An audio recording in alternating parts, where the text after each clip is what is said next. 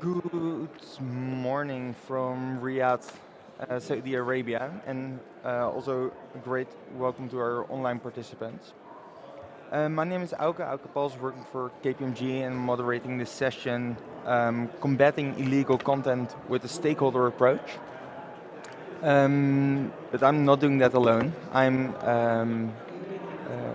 We do have great speakers here in the room today and online. And that's for the greater good. While this is a quite sensitive topic, and it's a complex challenge in the internet governance world, because we're going to discuss today who decides what's allowed online, and how to prevent censorship, and how to ensure openness and freedom of the internet while regulating content online. First of all, I would like to welcome our speakers. So in the room today, we do have Arda Gerkens from the Authority of Terrorism Content and Child Pornography Material. Welcome. Mozart Teroni from the Brazil regulator. Tim Scott from Roblox. Deepali Abraham from Meta. And online we're joined by Brian Symbolic, if I pronounce it all right, and he's a Chief Legal and Policy Officer at the Public Interest Registry.org. Welcome.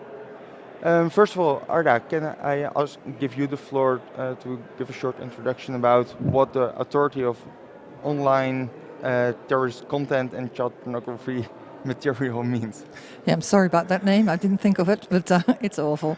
Anyway, so we're the new established regulator, and what we do is we execute the terrorist content online regulation from the European Commission and national regulation to combat child pornography material, indeed.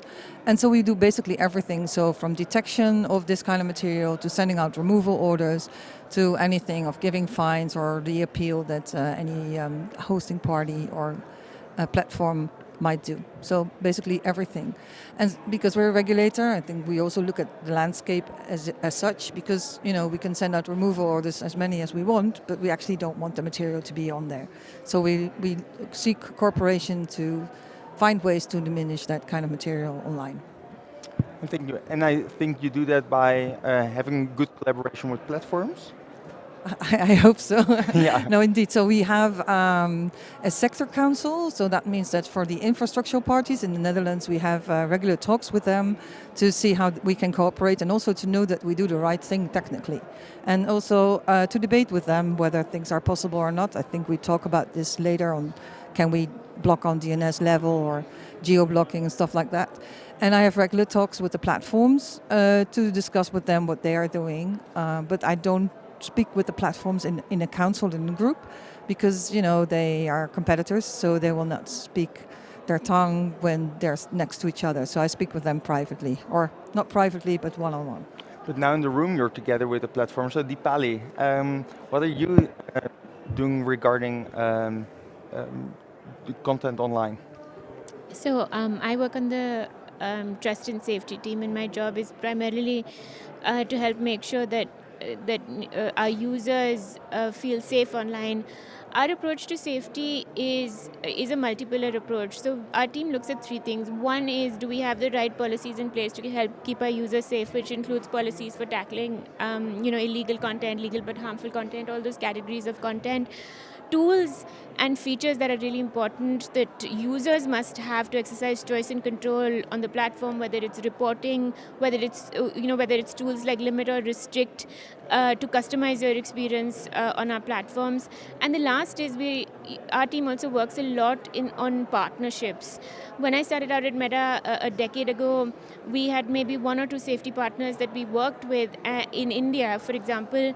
But today, globally, we have over a network of over 500 safety experts that we work with, and we use this expertise to actually help inform a lot of the work that we do on the trust and safety side. Thank you very much. And Mozart, so from the Brazilian point of view, how do you or how are you involved in regulating content online? Sure. First of all, thank you for the invitation. We are the telecoms regulator, so we don't deal directly with content. But as there is no regulator for content in Brazil, we kind of do what the courts order uh, tell us to do regarding these issues. So what we can do is when we receive a court order, like it could be from the Supreme Court or Supreme Electoral Court, or maybe a lower court sometimes, we tell the telecoms operators to take down those websites. But we cannot do that on the DNS level, obviously, so they do it on an IP level on the networks. So that's more or less how we are trying to deal with that. We have also the NIC.br and CGI.br in Brazil, which are responsible for DNS and IP, but they are not government, they are not state-owned or nothing like this. So they also, I am a counselor there as well, so we also comply with court orders if they go to NIC.br for the DNS level as well. But mostly talking from the perspective of Anatel, we tell the telecom operators to comply with that court order and take those IPs off the grid. That's more or less what we're doing in Brazil nowadays. Very, very interested. I'm also really curious to hear the others' opinion in the room about that. And let's move to Tim. How is Roblox involved in content online?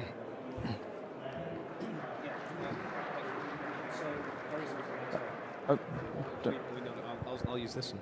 Okay. Very similar to Meta, we take a fairly multi-stakeholder approach with this.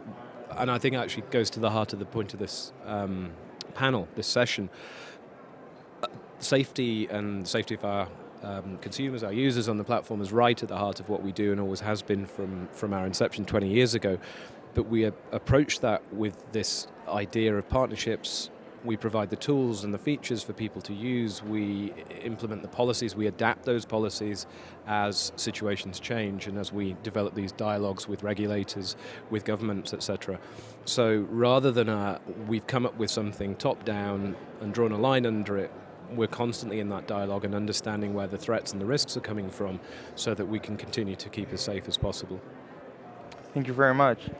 And now let's move to Brian. Brian, welcome online. Brian, how from the point of the .org registry, how are you involved in this? Yeah, hi. Thank you very much, and thank you for having me, particularly remotely. So yes, as you mentioned, I work for Public Interest Registry. We are the registry operator for the .org top-level domain, as well as a few other mission-driven top-level domains like charity and foundation. As many of you know, dealing with content at the DNS level is difficult and is typically not the right place for it to be dealt with. We have a pretty robust anti-abuse program that focuses primarily on technical harms, things that within the ICANN world fall under the category of DNS abuse. And that's things like phishing, malware, botnets, things like that. However, we recognize that there are sometimes the scale of harms when you're dealing with online harms can be so great that if other actors aren't stepping in, that we are prepared to step in.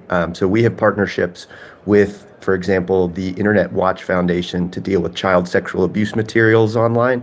We've been working with them for 5 years. And so we have a process in place where we work downstream with the registrars, with the registrants, with the hosting providers to try and get that content removed so that we don't have to suspend the domain name, because the DNS is a really blunt tool to deal with website content. If there's a piece of child sexual abuse material, one image on a file sharing site, we at the registry level, we can't remove that individual piece of content.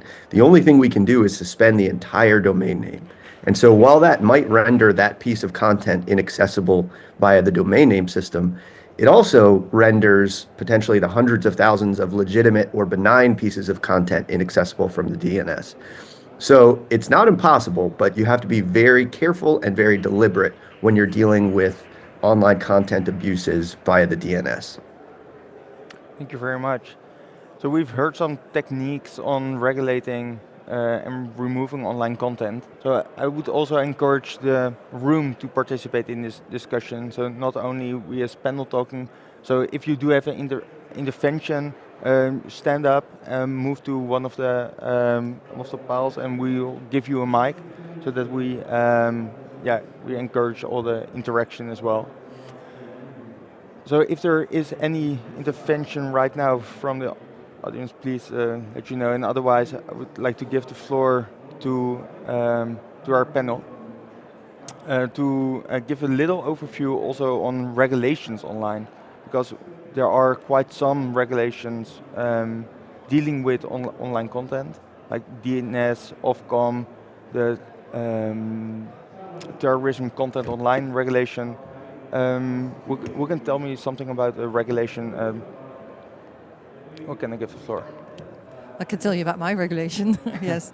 So the terrorist content online regulation is regulation basically giving us the possibility to, or giving every competent authority in all of Europe, in every country, there should be one, the authority to send out a removal order to any platform or service that is aiming at customers in Europe. So basically that's very swiftly. It could be in any language from the European Union, or maybe if you pay your services with euros, that's already a European connection. Once we give you the removal order, the material needs to be taken down within 1 hour. So 1 hour takedown time, no questions asked. Afterwards, you can debate that. If you don't take it down in 1 hour, we can fine you for that. So if you don't take it down at all, we can even fine you more.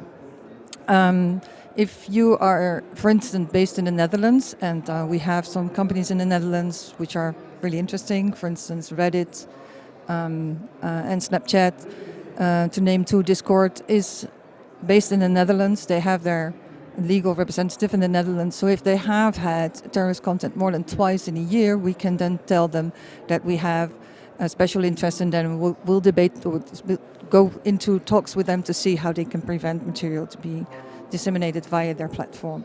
So that's that's the European regulation. For the Dutch regulation, I think it's quite obvious that child sex abuse material is illegal in itself. So basically, we shouldn't even have to debate that. It's just a bit taken down. And other regulations that are coming up is, of course, the Digital Service Act. We have also e-evidence coming up. We have the video. I don't know that abbreviation. I think maybe. We're talking about DSA. Yeah. We can give a little introduction about DSA.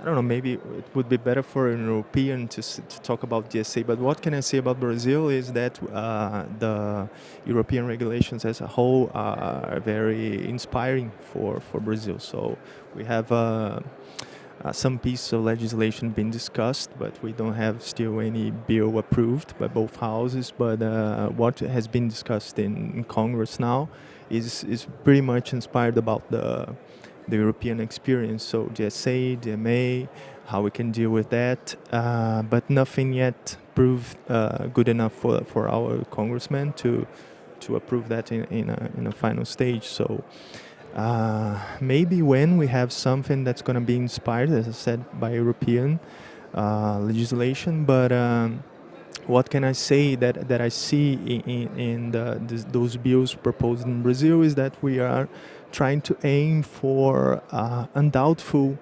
harmful content or illegal content. We're not giving a lot of room for us or for the regulators or whoever they are to have much of a judgment about that. So only what is really clear that is illegal or that is harmful is going to be removed a priori, I would say, more or less like this. And also we have Ofcom, right, as a regulation. This is working now. So exactly to that point, I guess in the UK we've got the Online Safety Act, which is making its way through implementation at the moment. The illegal harms codes have just been published. I think there's 2,500 pages of information and guidance, and that's not an exaggeration. So they're going through a quite forensic approach to this, which is I liken to a DDoS attack in terms of trying to keep up with it sometimes. But what they've done is there's clear illegal harms, but then there's also content that is harmful for children, which is a far more grey area and a lot more open to interpretation in terms of how you react to it. I guess the focus from our regulator in the UK is about what are the evidence base, but also what is the mitigating factors that you're doing on your platforms to keep users safe from harm. And that does give, again, to the opposite of what you're saying in Brazil, it gives quite a lot of scope to work with the regulators to sort of say, look, these are the risks that we see on our platforms, but these are the measures that we're taking, and this is the dialogue that we're entering into to sort of demonstrate that we're, coming up to scratch on what you're expecting. And I think it's been a really collaborative experience thus far, which hopefully should aim towards meeting a shared goal. We've colleagues and I have just come from a meeting with the Digital Cooperation Organization, and again, to that sort of point about what is it that you want to achieve as a regulator or as a government, what do we want to achieve for our users, and what's that shared ground, how do we reach that? And I think rather than top-down legislation, let's ban X, and I don't mean the company, although let's ban X, Y, and Z. Let's have a dialogue about how we might sort of achieve that shared aim. So think, Deepali? Yeah, I thought that I could maybe give a little bit of overview on the issue of content takedown, how companies like us deal with it, because we have to do it at a global level. We want to make sure that the internet is not splintered in any way. In terms of a lot of our policies and takedown of content actually predates a lot of this legislation. So we have community standards that cover a wide variety of content, including content that is illegal, including content that may be harmful but not illegal. Child safety policies, for example, cover not just CSAM but go well beyond that to cover non-sexual child abuse, for example. So what we've done is we've always had an approach of removing this content, and we also have proactive technology that proactively removes it a lot of times before even when somebody reports it to us. What we have to deal with at a very local level is each country's regulatory or legislative regime dealing with specific content. So we have geo-blocking policies, and those geo-blocking policies are designed essentially to deal with the laws of that particular country. So as a company, we're dealing with with the laws of Brazil, for example, or the laws of India relating to very specific content.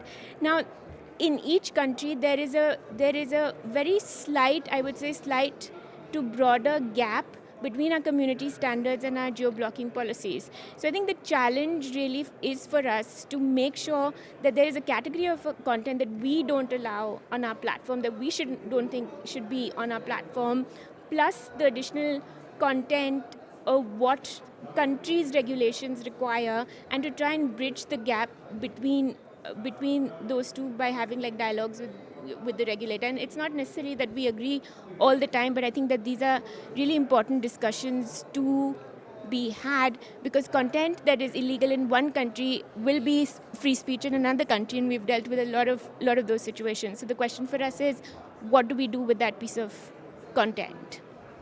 Arda. It's really interesting what you're saying, because you're basically saying we do a lot and still we find Facebook challenging the removal orders for terrorist content because they said, this actually didn't happen from the Netherlands but from another country. Facebook stated that it's glorifying terroristic actions, which is not illegal for Facebook, but it is illegal under the European law. So I can still see, I find it sometimes difficult that we have these discussions, because you make, for me, quite clear content, borderline content, because it's different in different jurisdictions. And I do understand that sometimes that can be challenging. If you look, for instance, in Europe, when it's white supremacy content or whether it's jihadistic content, that's quite clear, I think, to us. If it's somebody from Catalonia speaking on something, then it might be viewed differently, right? But But to debate and to say that, we do a lot, I still think if you both, and I'm not just looking at Meta or at Roblox, but if the industry would do more, then we wouldn't be having this conversation. Wouldn't need regulation, because I do feel that there's one point where we need to step up and say, hey, listen, here's where we draw the line. And for me, it was quite surprising to find that Meta, even if there was a removal order sent by a competent authority, they didn't even comply with that legislation. There's a Do you hear me? Yeah, okay. So there's a gentleman in the room as well. Want to reflect on that, so I'll walk over with the microphone. Thank you. Thank you. Hi, thank you. My name's Andrew Campling. Amongst other things, I'm a trustee for the Internet Watch Foundation, which is focused on the sort of removal of CSAM from the internet. Firstly, I say thank you to PIR for partnering with us and their efforts, entirely voluntary efforts, which are making a big impact. But to challenge, though, tech choices are often made by the platform operators, which, in my view, give them plausible deniability for not acting, to the point about not complying with domestic legislation. So, for example, switching on end-to-end encryption, which hides the existence of CSAM being distributed actively on the platforms. I'll pick on Meta because I happen to know the numbers, but this is equally true of other platforms. So Meta on Facebook, about 30 million or so instances of CSAM being found a year, and then they switched on end-to-end encryption on Facebook Messenger. So of course you can't see the content. It's implausible that it's gone away, but it's a way of avoiding having to do the moderation. So the terms of service that the platforms have are useful, but they're not actually enforced most of the time. So, for example, you don't have meaningful age verification, and surprise, children tell lies about how old they are. Again, I'll pick on Meta. Apologies for doing this twice, but the report account shows billions of dollars of profit made from children who are too young to use the platform, and that's equally true of the other platforms that don't have appropriate age verification controls or even age estimation controls. So, to get to the point, sort of regulation is absolutely necessary, but only if it's attached to significant consequences for the platforms and preferably for their senior execs. And the example I'll finish with, Telegram was an outlier in this space until their CEO was arrested. They immediately joined the IWF and are now actually actively searching and removing CSAM from their public channels. So that shows that when the senior execs are in jeopardy, they will comply with local legislation, and maybe that's where we need to look for greater consequences. Thank you. Thank you very much. I think I'll give the floor to Dipali. Here you go. That's fine. It's a meta panel. So in the transparency report that we had for this quarter, I think just off the top of my head, for CSAM particularly, I think we would have removed more than 7 million pieces of content. For bullying and harassment, also 7+ million pieces of content. For suicide and self-injury, more than 5 million pieces of content, and that's just this quarter. And we proactively remove most of this content before somebody even reports it to us. For CSAM, we probably report the highest volume of numbers to make every year, and I don't know what the number is this year, but I don't think that suggests that we don't do anything. I think that we do a lot in terms of the content that we've removed. In terms of end-to-end encryption, again, I think the suggestion here is that end-to-end encryption means that there is no safety. We actually work to ensure that there are safety mitigations in place when there is end-to-end encryption. So from the safety side of things, we actually designed a prevent, detect, remove response to end-to-end encryption, which actually says, let's think about preventing these interactions in the first place. is one of the approaches, and that's why we've put in really strict messaging restrictions on Messenger, on Instagram, so that a young person is is not able to be messaged by an adult or a teen who they're not connected with or who they don't follow.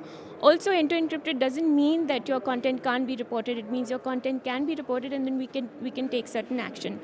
We also, in terms of public surfaces, we can also use our technology across the public surfaces on end-to-end encrypted services, and we do that as well, and we've reported content that we found. If the conversation is about is end-to-end encryption bad and should we not have end-to-end encryption, I think I think that there are a lot of people, I don't know if there are any privacy advocates who would disagree that that's a bad thing. I'm curious if we do have them in the room. Do we have any in the room? But I think that that's a different conversation, and I think that that's a debate that we've had in many countries, but I don't think in any country that they have decided to have a regulation that bans end-to-end encryption, because creating a backdoor for one means creating a backdoor for everybody, and I think that there are a lot of considerations when we need to take those decisions. But that's a separate discussion, and also a very important discussion. But just to my point, just because a service is end-to-end encrypted doesn't mean that we can't have safety mitigations. We can't see the content, but we can do a lot more. Thank you very much. I also put a question on the screen. So I would encourage everyone in the room to participate and log in on the website menti.com using the code that's 7736669. To answer the question, in what way can we shape collaboration between regulators and industry without regulators losing their independency? And we also have some regulators in the room, so while we collect the responses, I'm also curious on the perspective of the regulator. Who can I give the floor? I think I can talk a little bit as a regulator, but I would also like to share the experience in Brazil. As I said, we don't have a regulator for the DNS or IPs, but we have a multi-sectoral, multi-stakeholder entity which deals with that, and the regulator is a member of the board in that entity, so we can interact every time with them and come to reasonable solutions together. In Brazil, the regulator, as in the UK, I know Ofcom a little bit better, we have panels that include civil society, consumers, private sector, other government branches, and etc. So they can constantly give feedback about what we're doing, and finally they can even challenge our decisions in court if they think it's appropriate. So that's a good kind of checks and balances to involve all society, all the sectors, and still keeping the regulator independent. So that's something that I would like to share.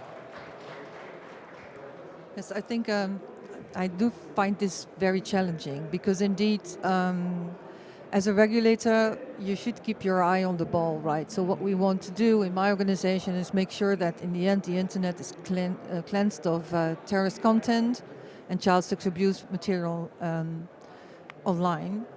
But we also realize we cannot do this without collaboration with any party involved in this. That's because you will always have bad actors, always people who on purpose put this material out there.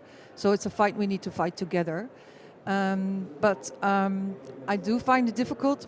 First of all, there's a lot of debate in my country on the possibility of geo-blocking or doing anything on DNS level. So you have to have a debate on that. And the other thing is that in the end, if I talk to the platforms, I mean, let's be honest, you're big companies, right? You're in here for profit, of course, with a nice tool maybe, but you're in here to make profit. So it's going to be also challenging not to be too much led by the information given by the companies. But on the other hand, I do think, for instance, if you look at the debate on end-to-end encryption, if you're not quite or very well informed by either stakeholder on the internet, then you might say things like, breaking and transfer encryption, which I think is really not good for the safety of children also online. So yeah, it's very hard to find a balance, but I do think it's very much needed as a regulator to do this closely together. And so yeah, I would really be interested to see what the public has to say, what they see as a challenge for us as a regulator, but also maybe chances for us. Yes, indeed. And we collected some responses. So I'm quite curious about the clarity of responsibilities within the ecosystem response. So who gave that answer in the room? No one in the room? Maybe online? Or any shy people?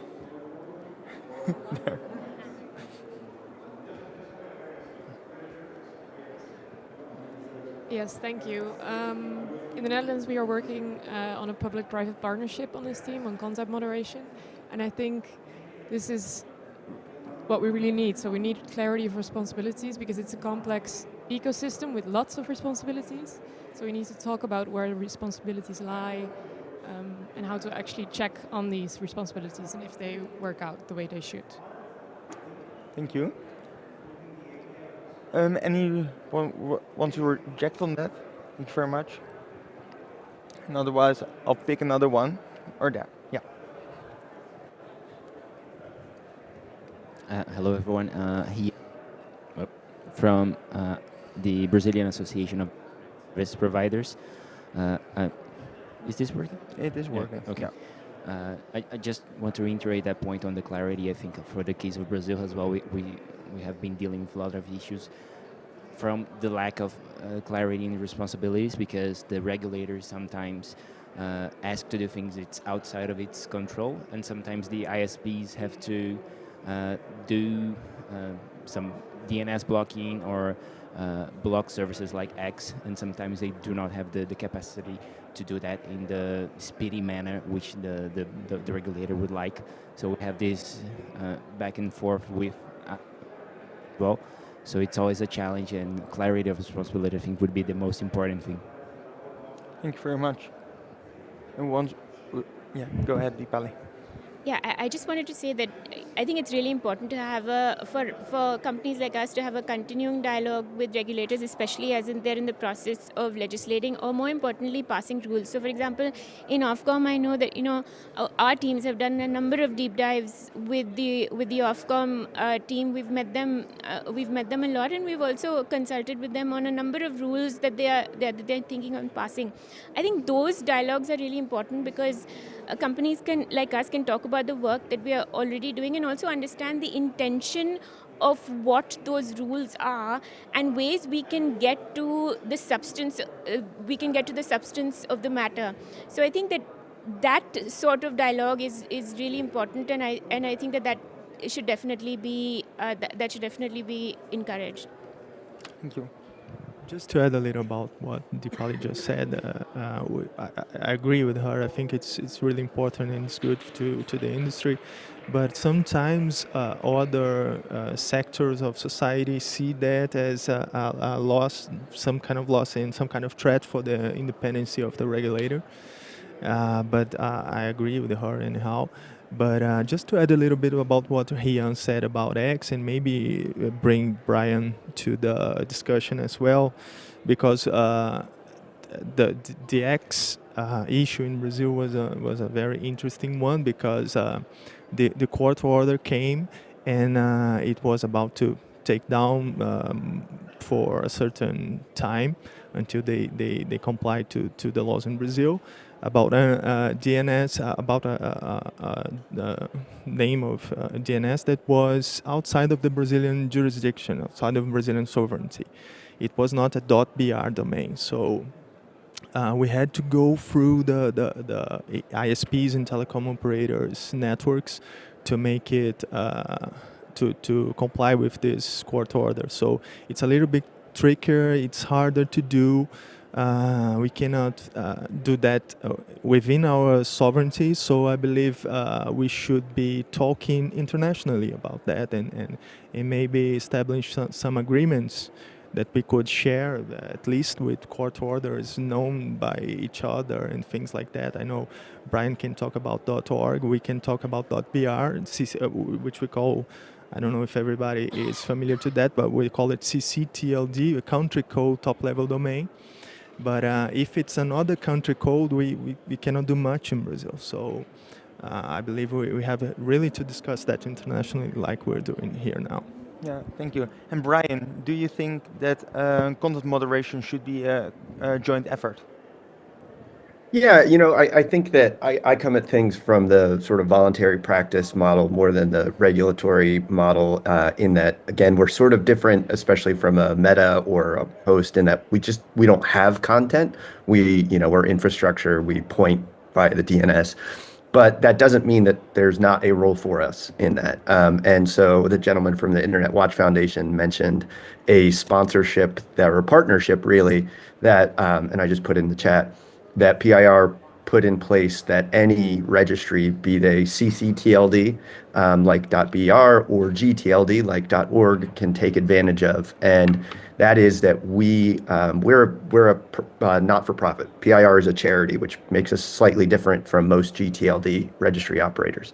And so we're sponsoring this as part of our nonprofit mission so that any registry operator can work with the IWF, the Internet Watch Foundation, to receive notifications when child sexual abuse material is found in their TLDs. They can also take advantage of programs to block or prevent the registration of domain names that are known to be used for CSAM in other TLDs. So I think that there's a lot of room for sort of voluntary practices and collaboration between registries, between regulators, between organizations known as trusted notifiers. That's the term we use in the DNS space, where you work with an expert organization like an Internet Watch Foundation, because we as registries don't have the expertise or the tools or even the content to go out and look for and try and find CSAM. In fact, it's illegal for us to do so. So it's pretty essential that we work with organizations like the Internet Watch Foundation or like other trusted notifiers. We work with the Red Cross for identifying fraudulent fundraising sites.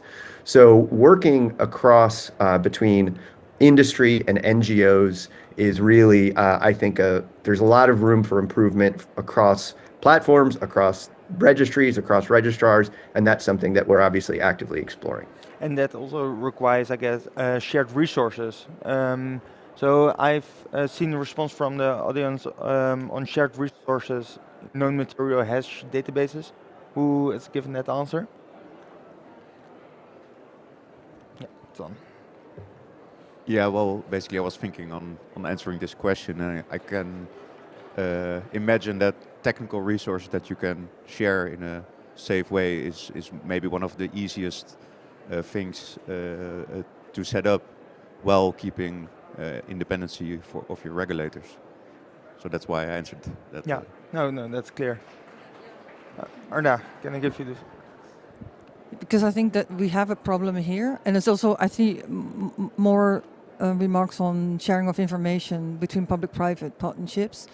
I do know, for instance, that for the platforms, it's difficult to accept hash databases coming from a governmental organization, because that would basically indirectly mean that a government is telling them what to host and not to host on their platforms, right? So, and on the other hand, I do think that we need to solve this problem, because in the coming years we will build up a lot of information or databases on either child sex abuse material or terrorist content. I would very much be interested in having the databases that you're having, because I'm pretty sure you have some, and I think you would be very interested in our databases too. So how can we solve this problem? Sorry, I'm putting this on. I think that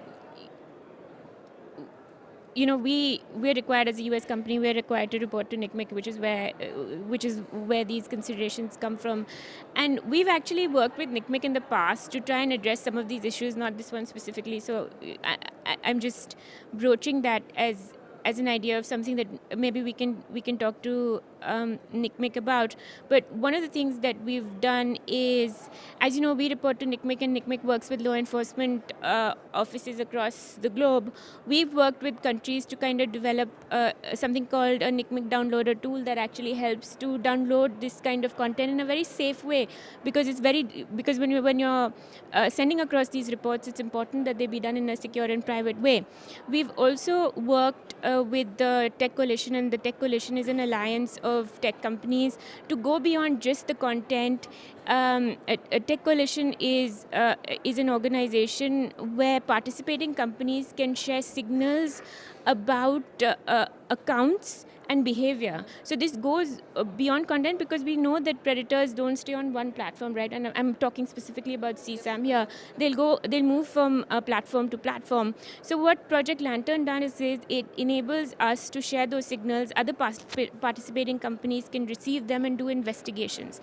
So for example, in the pilot phase of Project Lantern, we received a number of links from Mega, which violated their child safety policies. That's still not between governmental organizations. No. Exactly, but what I'm trying to say is that there are ways available that we can address CSAM, and we can go beyond CSAM and address signals and behavior as well, and be able to address this issue at a holistic level. But in terms of specifically to your point, I don't know if you've had any discussions with NCMEC, but we're happy to.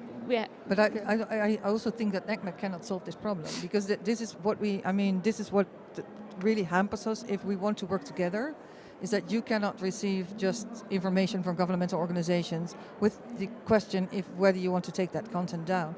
And I do acknowledge that the Project Lantern is a perfect project. It helps identify perpetrators on sending this material on your platforms. It's very good that you talk amongst each other. I'm very happy that you're doing that. But still, this really will hamper us to share information that's being spread so rapidly online, whilst we really want to stop that. And I think, if we would talk about, if we would look at what we're doing in terrorist content, where we have like the incident response after the Christchurch shooting, we all know that what happened is that this shooting was disseminated online rapidly and in different kind of formats. It would be so great if we could also do such a thing for child sex abuse material, because if we look at the figures, and that's something that you know very well, we also know that a lot of these images are duplicates. It's not unique. So it's a lot of it's duplicates, it's some of them going viral, and we would like to cooperate to see how we can stop that. So as long as we cannot share this kind of information between each other, that's not very helpful for the kids. And so also a remark from the room. Hi, sorry, Andrew Cumley again. Just two brief comments. Firstly, just going back to the end-to-end encryption, one of the easy solutions, which doesn't break encryption, doesn't breach privacy, any of the platforms, if they chose to, could scan content that's being uploaded, I'm speaking specifically of image files, to see whether they contain known CSAM before encrypting and sending the messages. It doesn't break encryption, it doesn't break privacy. That would immediately impact on the scale of the problem, which, to quantify, we're looking at roughly 3 new victims of CSAM a second, which is over 300 million a year, which is a scary number. And then just a second very brief comment. It's worth bearing in mind that the tech industry as a whole is actively changing some of the underlying internet standards. Again, arguably because of privacy, that will bypass many of the existing protections. So it will be quite hard in the future to stop access to, for example, Kiwi Farms type sites, because to know that you've got effective parental controls, because some of the changes to the internet standards will mean that parental controls don't work anymore. So I think that's, again, an area where maybe regulators need to challenge the behavior of some of the tech companies and really question whether their motivation is really being helpful, because it will break even some of the existing fairly weak enforcement mechanisms. Thank you. Thank you. And I also saw next to you, someone, no, you don't want to reject, but you did have an opinion. I saw that. No? No, it's okay. No, please. No, it's okay. Okay. Thanks, Bauke. Roelof Meijer from SIDN.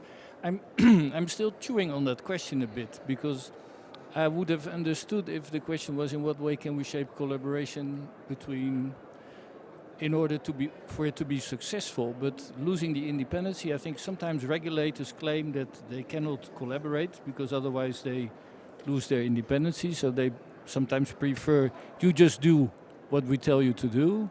And I think then the industry often reacts with, okay, we will do exactly that at the latest possible moment. So I think second to we need clarity on responsibilities. I think it's very important also that we need clarity on the ultimate purpose of the collaboration. And I think also there sometimes it goes wrong. The regulator wants you to do what they tell you, and the industry just wants to spend as little money on the effort as possible and to make as much profit as possible. I think there is a very strong interdependency. Regulators can never be successful if they don't collaborate with the industry because they will have laws, but they will not prevent what they forbid. And in the end, industry is very dependent of regulators because they need a license to operate. And I think for quite some time they will think that they don't need that, but in the end they will. So yeah, that's my 2 cents on this. And thank you very much, Rolof. I saw someone in the room as well. Here you go. Please state your Thank name you. and organization. Mauricio please. Hernandez from Mexico. I just want to share with you, sorry for my cough, that part of our duties as industry academy and even regulators is to take and be aware about bad practices we can all incur in. From industry is very common, and you can try right now in one of our providers of domains, trying to buy a domain with the word child and sex, and they are available. There are no limits, just pay. So I think this could be a good beginning, just an example of what we need to do as industry for creating guidelines or good practices, and in some countries like in my region, LATAM, regarding cookies, and some countries like Brazil and Chile that are now developing in their privacy laws, to create guidelines and good practices, not to give these options to customers, because this is one of the back doors that the lady has mentioned. They are open all worldwide for creating these areas of opportunity to illegal content, to upload illegal content. That's my comment. Yeah, thank you. Brian, do you want to reflect on that? Yeah, actually, I was about to raise my hand to do so, and so that's one of the programs that we have in place. It doesn't, for example, take like child sexual something, like work with that and block that term. What it does is the IWF has identified domain names that have been registered in TLDs that have been dedicated to child sexual abuse material. And let's just, for sake of an example, let's just say it's badcsamdomain dot something. The registry operator suspends that when badcsamdomain dot another TLD pops up, then that domain name has hopped. Once that domain has hopped twice, the IWF maintains a list. And now any registry can receive that list from the IWF, again, under this sponsorship with us, so that it can prevent registration of that term in their TLD. So it really helps to sort of protect the TLD from being abused, and it also helps to disrupt these commercial brands. Unfortunately, they're sort of brand recognition with known peddlers of CSAM. And so if badcsamdomain.org is suspended and it hops to badcsamdomain.example, then the consumers of that recognize that brand. And so it doesn't solve CSAM online, but it helps introduce friction and make it harder for the sort of bad guys to continue their brand online. But coming back to the earlier point of like, well, why don't you just block anything that says CSAM or whatever? We've actually explored with in other sort of discussions with regulators around opioids and narcotics online. And an interesting thing we ran into is that they wanted to block known terms for opioids or narcotics, and that was, we were interested in that. And then they provided us the list, and it included things like lemonade. They wanted anything with the word lemonade to be banned online, and not recognizing that there might be some really legitimate uses of the word lemonade. So it's something that there's, to the kind of core of the question, that there has to be a sort of good faith feedback loop between industry and regulators to ensure that whatever we want to give regulators the tools that they need to have good and educated regulation. And so having that feedback mechanism is key, because you don't want to inadvertently block, for example, any registration with the word lemonade in it. There's lots of generic terms that are street names for drugs, and that's bad, but those street names also have legitimate uses online, and you don't want to inadvertently, hamper speech online. Mozart, I saw your hand as well. Sure, I would just like to add two little pieces of information about those issues. In Brazil, we do have a regulation to avoid this kind of names in domain, and but recently it doesn't always work. So it has its flaws. And recently, in a judgment in the Supreme Court in Brazil, the justice asked if he could go online and register the domain name is deaftodemocracy.com.br. And it shouldn't be able to do that, but some guy saw because it was on TV, and he did it, and he registered that domain, and within our regulations we could suspend this domain in a few hours, but not everything always works. So without court order in this case. But and just to add about this independency thing about the regulator, I would like to say that one very recent piece of legislation that's been proposed in Brazil was talking about self-regulation of the industry, and that the industry could create an entity to self-regulate itself, and that entity would be overseen by the regulator. So there's a state regulator. So it's probably, possibly a kind of a midway measure to deal with this lack of possibilities of the regulator to predict everything, and so the industry could be a little bit more comfortable. Thank you very much. And to all, I've put a new question on the screen, so you can log on again at menti.com and answer the questions. And while you do that, I will give the floor to Brian to answer this question. Yeah, thank you very much. So the question: what role can technical and infrastructure actors play in combating illegal material online? So I've sort of already covered the drawbacks or technical impediments to dealing with content online via the DNS. If you think of the domain name Craigslist, in the US, it's based on .org. In a lot of around the world, it's based on different country codes.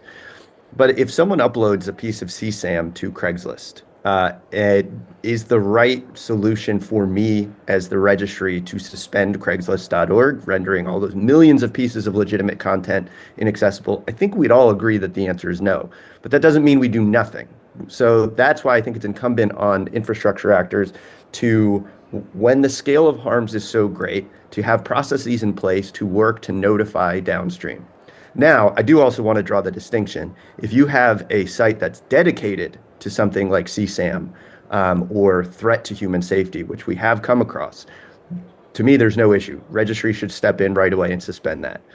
These sort of principles are actually codified in a document that came out in 2019 called the Framework to Address Abuse. And this is a document that was originally 11 registries and registrars that signed on. Now it's more than 50 GTLD, CCTLD registries and registrars. And it basically has two principles. The first is that registries and registrars must step in when faced with DNS abuse or technical abuses, those phishing, malware, botnets, et cetera, et cetera. But then the it accepts the premise that generally speaking, content is best dealt with at the level in which it can be directly removed, the hosting provider level, the platform, et cetera, because of these issues of collateral damage. But in instances of CSAM, threats to human safety, human trafficking, and opioids and narcotics online, the registries and registrars should step in and do something to try and disrupt those sites, whether that's referring to the registrant in demanding that they remove the content, whether it's threatening suspension of the domain name. That those categories, when the scale of harms is so great, the burden sort of shifts, and I think that it does become appropriate for the registry or registrar to step in to do something to try and disrupt that content. Again, it doesn't always mean suspending the domain name because of the issues of collateral damage, but to try and do something, I think that it does become incumbent upon the registry and registrar to do something. Thank you. Any reflections? I think it's very interesting. If you look at the terrorist content online regulation, we can only send out removal orders to the party that on behalf of another actor has published the information. So basically that's 99% of the time that's platforms or social media, or and 1% of the time it might be a hosting company for a website. Whilst at the child sex abuse material legislation, we can actually go up in the line.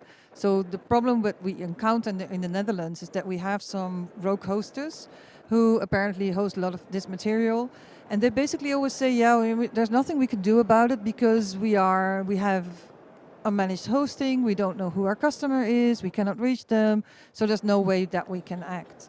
And so this is something we're hopefully the legislation, which is quite new, so I don't know yet how affected it will be, but hopefully we will be able to somewhere down that line say, well, whether you know your customer or not, that should not be our problem, that's your problem. So you need to do something. If you cannot find your customer, I'm going to go to you because you are the one that is giving the possibility to the customer to host this kind of material. But it is something we are still struggling with, and therefore I'm also seeking collaboration with the infrastructural parties to see, in what way we can be effective enough without just taking down the whole of the internet or, 30 other websites while you just want to take down that one image. So it's still, for us difficult, and I'm really seeking cooperation here. So I'm also curious about the questions that have been coming from the audience. So I'm curious, who made a comment about the Clinton administration approach? Is that online?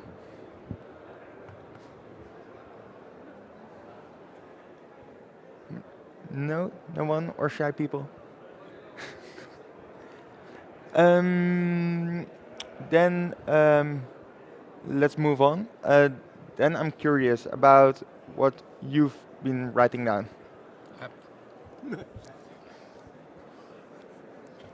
If you must know, I was rudely texting somebody. I wasn't writing down anything on that. But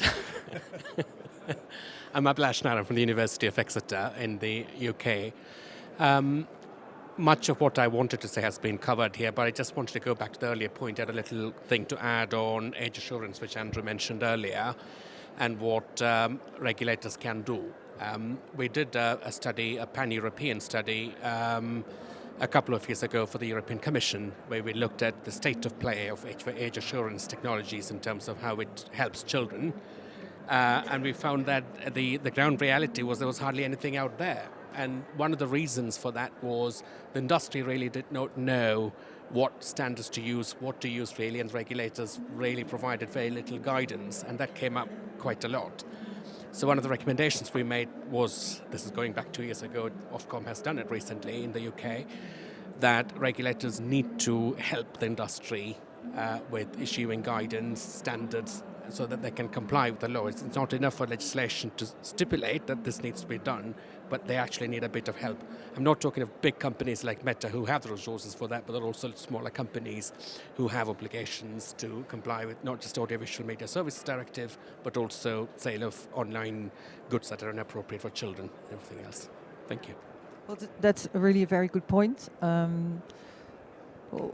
At least we know, for instance, there are several initiatives out there. You were talking about the Technology Coalition, which is a coalition of platforms to combat child sex abuse online.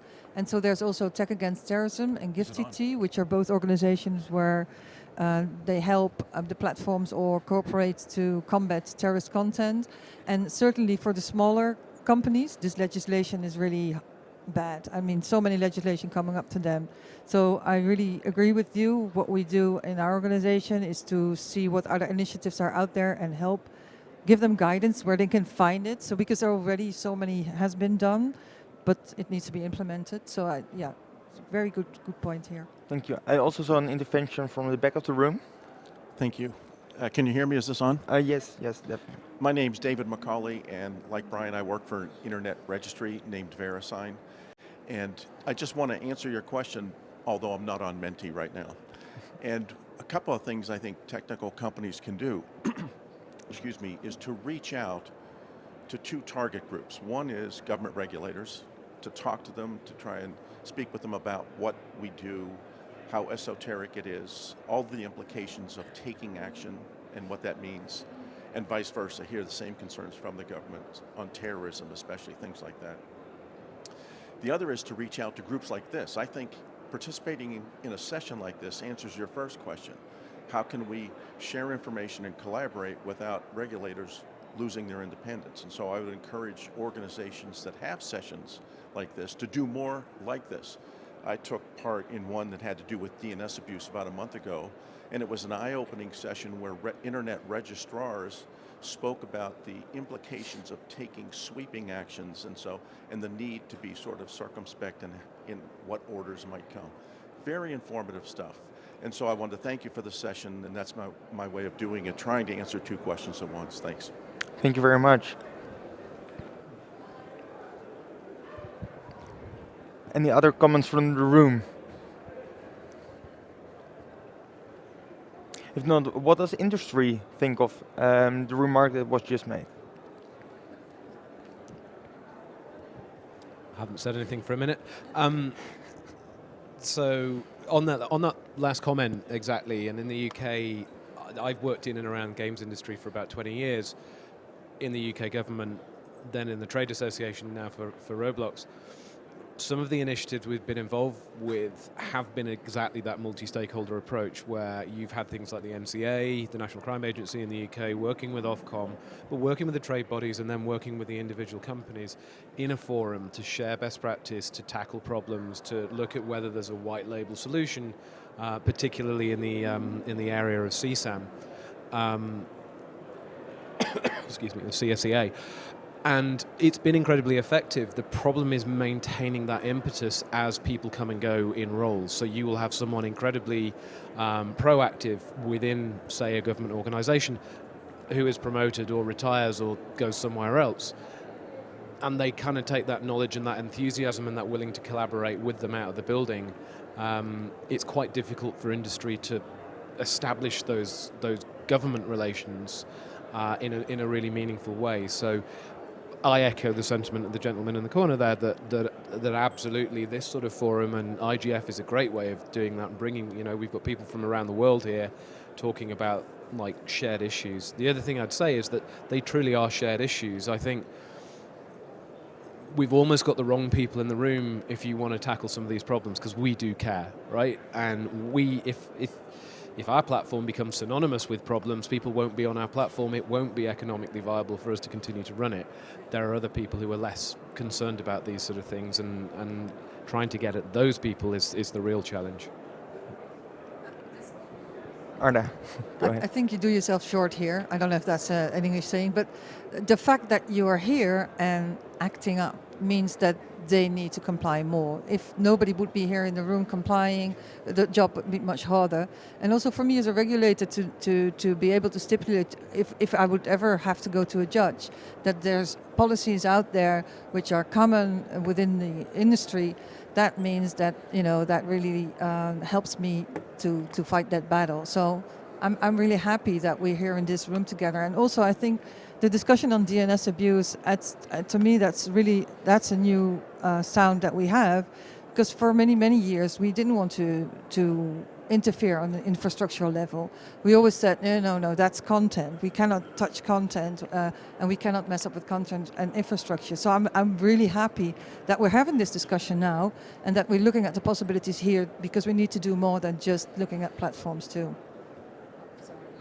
I'm sorry, I would just add a little piece of information once more, because what Tim just said, if I understood it well, Tim, you maybe a part of the answer for your question is that we would have more stability in public service staff, something like this. If not necessarily in the staff, then in the policy approach. So when somebody leaves, they don't take the impetus and the proactive collaborative approach with them. That is kind of handed over to the role as opposed to the individual. Sure, the culture of the regulator. And part of the answer for that is in the first question, that is independency, because then we don't change if the governments change. So if a regulator is truly independent, the staff will go on, even though the presidents or prime ministers change, so we can keep on doing our job in a regular way and through time. So part of independency of the regulator is one of part of this answer, and it's really important for us. But you all mentioned that we do care, and in France, the owner of Telegram was arrested. And is that a way to deal with non-cooperative parties? No, you don't want to answer. I actually wanted to come in on the last point, if I may. I do think that there's also a role. I mean, working on the safety team, we work with a lot of safety organizations, and I do think there's a huge role that they play in helping combat a lot of harmful content online. And like Project Lantern, and Project Lantern is run by the Tech Coalition, which is an alliance of tech companies, but we also have equivalent things like stopncii.org and Take It Down, which is run by Revenge Porn Helpline and by NickMake, which allows participating companies to receive hashes from them, and we're able to remove that content if it is uploaded. Safety organizations that we work with also help us design certain interventions and communications that may be helpful for users as resources. So I think that they're definitely a very important part of the ecosystem. And for the Telegram enforcement, should I hand it to you? Just to say something really quick, because that question also carries something that is that clearly cooperation is uneven. So that's why we need legislation. We need to put everybody in a bar that's the lowest acceptable level of cooperation. We've got very cooperative companies and others that are not. So I believe that is one of the reasons why we really need regulation. So just to finish on that point, the risk obviously with doing that is that you lower the bar.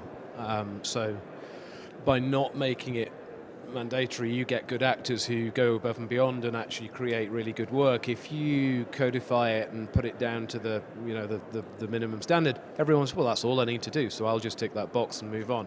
We don't then get the innovation. I would not happily change places with you, although Brazil's probably a little bit nicer weather, but exactly. That's why it's not an easy, straight answer. It's a very tricky thing to do. So we have to do it the best way possible.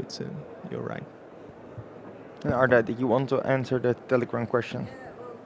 The interesting thing is that you said that Telegram is now complying. Well, I mean, they were already complying on terrorist content online regulation. They were very compliant for our organizations and others too in Europe. But they just really don't do enough, because I can still see channels with names of Brenton Tarrant, Christchurch shooting, or other names which clearly point out the type of material probably be found in those channels. So even if they are arrested, they may take a little step. I don't know if that indeed in the end will solve the problem. And again, here I do think would be nice if the industry themselves could also put more pressure on Telegram to be compliant, because I sometimes feel that there's like, we have the good actors here on the table and the bad actors are not on the table. And I don't agree. I think you're one group and you should also talk amongst each other and see that if you have bad apples in the room, you could help to get them out. Roelof, oh, sorry. Thanks, Bauke. Roelof Meijer, SIDN again. SIDN runs the .nl country code top-level domain. My answer is in the bottom right one. I think infrastructure actors can do, technical and infrastructure actors can do a lot, but all those things cost money. So we are a not-for-profit, so for us it's relatively easy, although it's still justifiable cost. But I think for a commercial company, to spend really a significant amount of money on combating crime, online or offline, by the way, it has to be part of the strategy, the culture, the company values, and I think that is very often the problem. It is seen as a cost, and as soon as you arrest the CEO, now suddenly these are justifiable costs because with spending them, you will prevent the second arrest of the CEO. And I'm ridiculizing it a bit, but I think that's very often the point that shareholders will complain because these are costs that are, as long as they are not enforced, it's a voluntary choice. So you can also choose not to spend the money on that. So I think our biggest challenge is making sure that in the end, fighting abuse is part of the culture, of the values of also the very large commercial companies. You want to reject? Yeah, thank you. I completely agree with all of that. I think the point of arresting the CEO or other senior execs is there have to be meaningful consequences for non-compliance. And increasingly, for some of the big players, the level of fines that are exercised are just not meaningful. Even Apple's fine of $12 billion, a $3 trillion company, that's still not really material. Whereas arresting the CEO focuses minds and does drive action. And then just briefly, the other point, yes, the risk of having legislative action to enforce compliance might then lower the bar for some.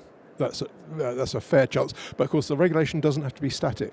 There's no reason why you can't raise the bar every year so that you do keep pushing companies to do more, try harder. And I'm sure regulators will be entirely up for doing that. I think that's and having a general duty of care, for example, absolutely raises the bar. Because you're wide open then to challenge if you can show that there are widespread abuses, irrespective of whatever measures you've taken. Thank you. Did I see you, Tim? I guess just as we could keep trading this all day, Andrew, but I guess that then raises the bar to entrance into the market if you continue to do that, which would then stifle innovation and consolidate the position of the big incumbents that are causing the problems. So this is going to go back and forth but I take your point. The only caution I have is when we talk about arresting CEOs, I think that there are a lot of countries where a lot of political speech is also illegal. And I think that we also have to be cognizant of those concerns because a lot of companies, including ours, have dealt with pressures from government to remove content which we would not consider illegal, but we would consider fair political criticism. I see a comment from the room. Hello again. Not speaking personally, not for my organization, but I'm trying to play a little bit of a devil's advocate here. Going back to the point of clear responsibilities, aren't we putting an oversized responsibility on the platforms to solve an issue we, as a society, we haven't been able to solve in such a long time? Aren't we doing enough as a society to solve the problem at its roots and not necessarily at the television where it's spreading itself on? Maybe we're putting too much on the platforms and not doing enough to help them achieve this share goal, because just the discourse has been a bit of us versus them, kind of pushing forth, and perhaps not enough of collaboration and multi-stakeholder, everybody sitting at the table and trying to actually find the root causes. Oh, thank you. And I did see some comments from the room as well on public-private partnerships. But is anyone want to give a comment about that?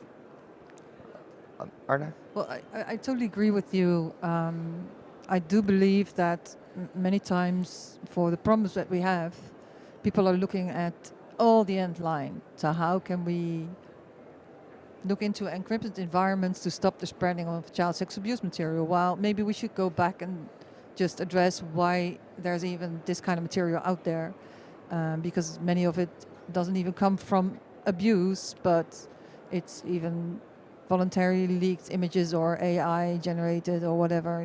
It's still a form of abuse, but so I think there should be much more attention in policies for the beginning and see how we can solve this as a society.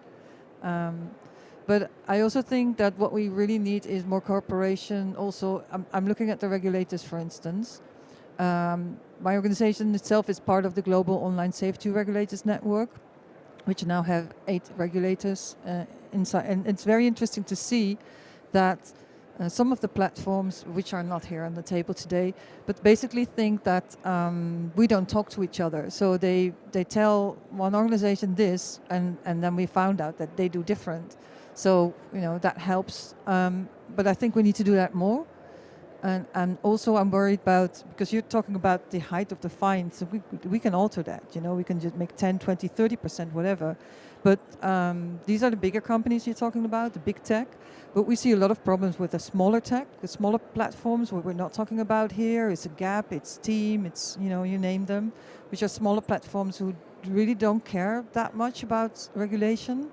And for us, it's going to be difficult to either collect those fines, if we can impose them. We're going to need to cooperate within the countries to make sure that if I cannot collect a fine, I can go to your country and you can help me collect that one. So the internet is global, so the solution needs to be global. And so the cooperation needs to be global to be able to tackle the problems that we have. Thank you. And meanwhile, as you want to answer, I've put on a new question on the screen. So please all grab your phones, join menti.com and use the code. And Deepalia, I can give you the floor. No, I just wanted to agree with the point that you made. I think that's really important. And when we make it, I don't think it's taken as seriously, but I think that it's really important to have that conversation. And one of the examples that I will give is that as a platform, issuing rape threats is something that we remove as violation of community standards, and I think multiple platforms do that. But we still see rape threats, and people think that it's normal discourse to issue rape threats online. And what can we do, and that's more as a society and less as a platform, what can we do to address that? Is that, the role of schools, educators, parents, as well as platforms. I think that's a conversation that's not always had. The second is that, we report millions of pieces of content to NICMIC that goes to law enforcement authorities. We also don't have visibility into what are the prosecutions that are taking place based on the reports that we're giving. And I think that's also really important because it's the last part of the chain to understand, are the reports we're giving useful, or are we just roaming in cycles where we're removing the content, but at the end of the day, you're not able to take criminal actions against actual predators. So. Thank you. Okay, let's move on. In the last 15 minutes, we want to answer the question, how do we prevent legislation that threatens the open and free internet whilst addressing illegal and harmful content? And I do see some people actively typing in the room as well. And I'll just give someone the floor who I see is quite actively typing. Sir, can I give you the floor? Thank you. In fact, yes, that's my comment. The third one on the top floor. I think we need to preserve privacy and so on, but at the same time, we need clear procedures to be able to reach who put that harmful contents. So we need some kind of legislation and, of course, procedures how to be able to to reach this, whether through official, let's say, channels or whatever. So I think this is needed. Thank you. Gentleman next to you, did you also put down? No, I didn't. No? Okay. Did you? No, same thing. Oh, it's same. Any reflections on the comment that was just made? Or on the question? Well, just to inform also that this last piece of legislation in Brazil, that privacy and anonymous stuff and online, it proposes that people can keep their identity, their real identity, to the public, but the platforms should know who that person is. If necessary for any court order or something, the platform would know who each profile on their platforms really are. So it kind of put the responsibility on the digital platforms. I don't know if that's the best way to do it, but it's one way that's been proposed in Brazil, and we have to discuss it. Thank you. And I'll walk to someone else I saw actively typing. Roelof. Okay, Roelof Meijer again. In fact, it's something I feel very strongly about. I have two answers there. One is by realizing that we share a responsibility and act on it. I think that's the summary of it all. Just talking for my industry, I think it's been far too long that the domain name industry has been saying, no, we can't do anything because we will break the internet, we will get financial claims, it will be a slippery slope because now it's illegal, and then it will be unwanted, and then it will be unpleasant, and then it will be apolitical or something like that. So there were all kinds of excuses to do nothing. Just, I think, for the fear of being held responsible for something. And slowly the sector is overcoming that position, and Arda is glad that we now talk about DNS app use. I think that's a first step, because it's still kind of saying we don't do content, we cannot interfere in content, but we can do something if the DNS is being abused. I think it's a kind of artificial distinction in online app use, but anyway. But I think that's the most important thing, that we feel that we share a responsibility, and that, of course, also regulators realize that we are not the responsible party, but we have a responsibility. And again, like in my previous reaction, that responsibility, that feeling should stem from company values. Thank you. Brian, I saw you actively knocking. Yeah, I agree 100% with Roelof. I think that I think that there has to be the recognition that while the registries and registrars shouldn't be the natural place to first approach issues relating to website content, there is a role for us to play. Particularly when you're talking about, not file sharing sites, but sites that are dedicated to a specific purpose, whether that's child sexual abuse material, whether that's stolen credit cards, whether that's you name it. There are instances in which there are clear, just patently illegal issues, and that there are times where it's appropriate for registries and registrars to step in and do something. So I agree with Roelof entirely. Arda. Yes, I think the way that DNS abuse took this task up on then is very interesting, because they just established a framework in which they said if it falls under these and these categories, that's something that we should address then at that moment. And of course, this is for us a very important question, as we were assessing terrorist content online. We have regulation, but how do you explain that regulation? So it's always for us a day-to-day job to evaluate the posts that we review. But I think we have universal human rights. And for me, if it hampers one of these universal human rights, then I think that's something that can be illegal and harmful content. And for me, everybody can say whatever they want, be freedom of speech is okay, but as long as you are not interfering with these human rights, then it's fine by me. But once you do, then I think that's something we should act upon. Because if we don't, and that's something we tend to forget, we think we cannot interfere with anything online unless it's really illegal content, because then it will hamper the open free internet and open free speech. But we are now in a world online that especially women, but I think many of us don't even dare to speak or be themselves anymore, because if they do, that might have serious consequences, not only online but also offline, as we have seen. For instance, like I said, women, LGBTQ+, we know women don't go into politics for that reason, rape threats, we all see them. Oh, that's hampering freedom of speech, and that should end. We should have a world online where we can all discuss whatever we want without those threats. Thank you. I saw a comment or a hand raised. Just a small comment. I put it on the on the screen, which is to sort of turn this sort of question around. Oftentimes, there's pushback to do certain things because it will break the free and open internet.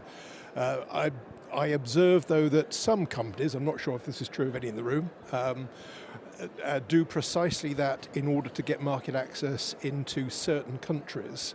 So they absolutely change their products, change their approach, adapt things to comply with exactly the rules that they're complaining about, but to get access to certain autocratic countries, but refuse to do that in democracies. So it's almost as though democracies are being punished, but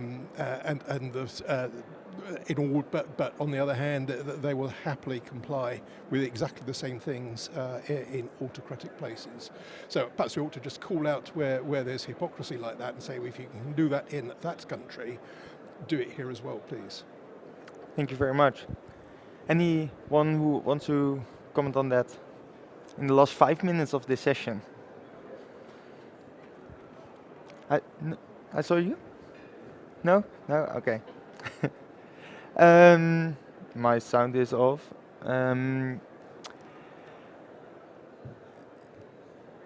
Wrap up. Oh, yeah, no, last. Thank you. I'll be very quick. The question made me think and took me back to the 1990s when we started talking about how to regulate the internet or not regulate at all. There was this clear school of thought that argued that the internet should be left alone without any laws. But we've actually moved on quite far from that position. There are sufficient laws, and in fact, there was a myriad of legislation affecting addressing illegal and harmful content. The solution is not more legislation. What hasn't worked is effective enforcement of the laws in place, and that's where we have actually failed. So essentially what we need is more effective enforcement of the laws by regulators and other mechanisms whereby laws can be enforced, rather than thinking about more legislation. That's my view. Thank you very much. Oh. No, I don't want to delay you more. In fact, because I'm sorry, it's a very important session. Sorry, I couldn't stay with you from the beginning, start with you from the beginning. But because DNS abuse was mentioned, the next, by the way, workshop is on room 2. If you like to continue at 3:15, it will be about DNS abuse defined and experienced. So if anyone interested to join us there, we'll be happy to do that. Thank you very much. And as we reached to the pitch part of the next session, I would like to give room to anyone who likes to reject or reflect on the session. I mean, just quickly, it's not a reflection on any of the substance, but I think it's really important to continue having these conversations, and we're really grateful to be invited because we have regulators in the room, other companies in the room, and I think this is exactly the kind of information sharing, and also the sharing of what our position is, even if we disagree, and I think it's really important. So thank you.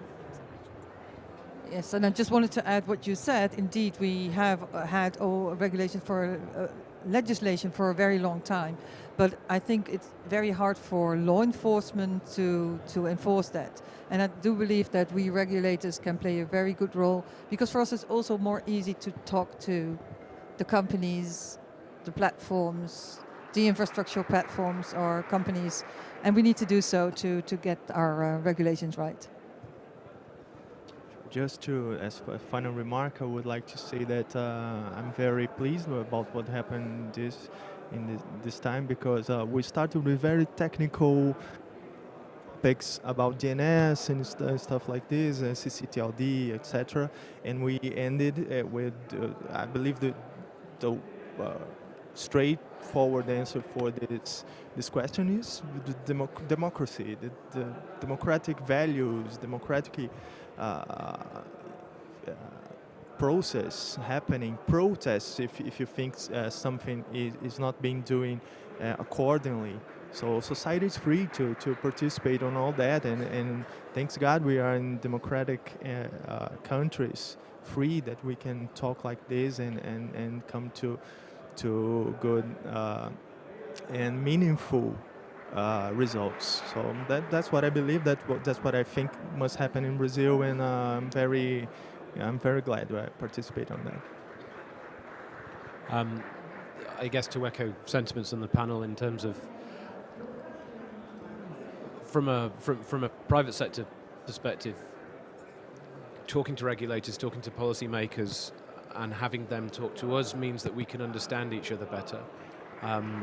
It doesn't have to be adversarial, and we don't have to have conflicting and competing aims. And I think in many cases, and certainly in my experience in my career, on both sides of the fence, that is rarely the case, but understanding each other and talking to each other is the way in which we can achieve that level of better regulation. So this is to be welcomed and continued.